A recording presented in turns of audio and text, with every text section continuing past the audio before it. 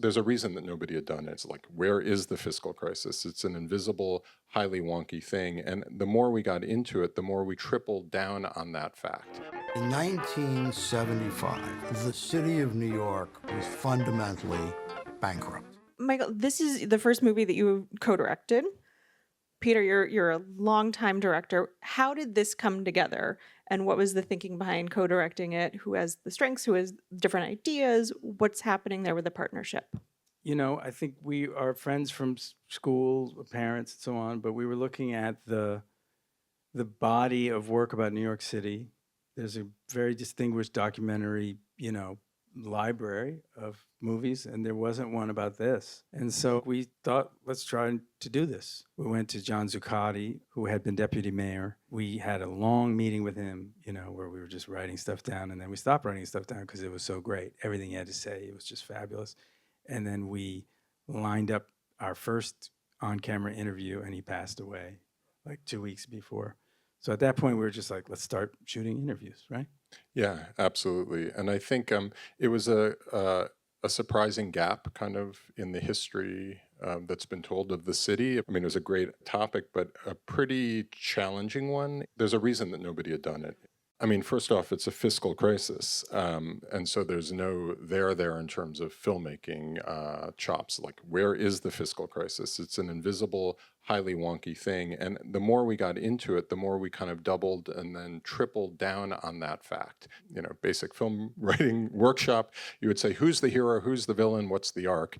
And we really have none of those things. We have between 35 and 40 characters. I think depending on your perspectives, one or the other combinations are villains and or heroes. And the arc is there, but it's a iterated or a repeated crisis. It's not even you move from A to Z and this happened, but it kept happening. And there are great moments where Felix says, we're over it for today. And then you take a breath. And playing with that from a storytelling standpoint was really fun and interesting, because I think everybody, even in the audience, you exhale and you're like, geez, okay, well then here we go again. Yeah, 5 months later. Right. Yeah. And cumulatively, how one does that to positive effect as opposed to just bludgeoning people was a creative challenge. We kept asking ourselves, well, who is the main character? And we thought, eventually we felt pretty good about ourselves. We thought, well, it's the city, which is a kind of a cop-out, but it is, right? But if you're actually looking at the movie and you want to see somebody who's trackable, it's the mayor. Starts with him, and it follows him in what I think is this very human kind of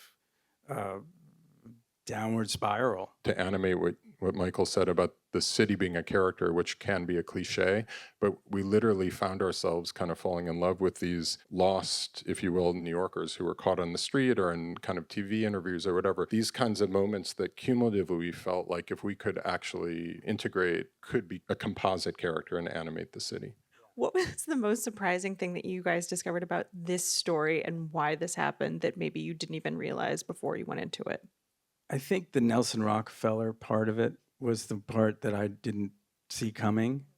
A lot of people have wondered why we didn't spend time with John Lindsay, who has in the past really been nailed for like profligacy and all of that stuff. And it was, to me, really great to find our way back to a Republican governor who was from an ancient lineage of liberal, Republicans that is completely gone, and that it was kind of on him. And then to see them in that scene in the White House with Bill Simon, just everybody kind of retreating into their kind of like, I don't know, that I loved that part.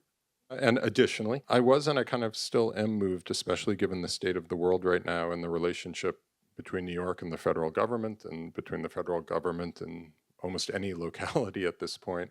I was moved by people's dedication to the city and to their professionalism. One could point to them and say, you were extreme, you were self-interested, the unions are yelling for this.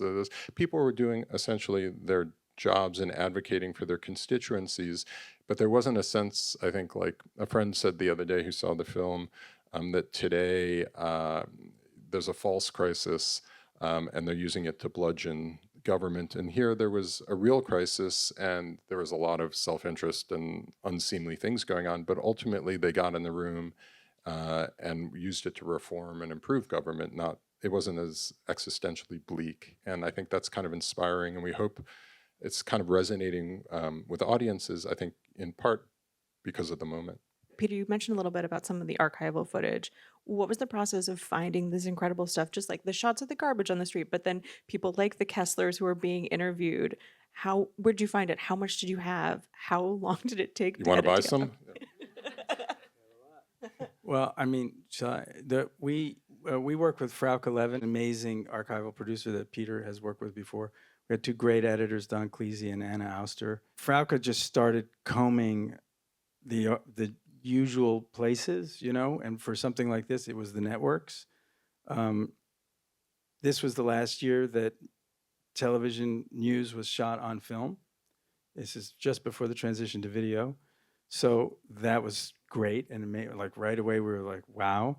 It's also from an innocent period where the men on the street stuff and all the B-roll is with people who are very, true.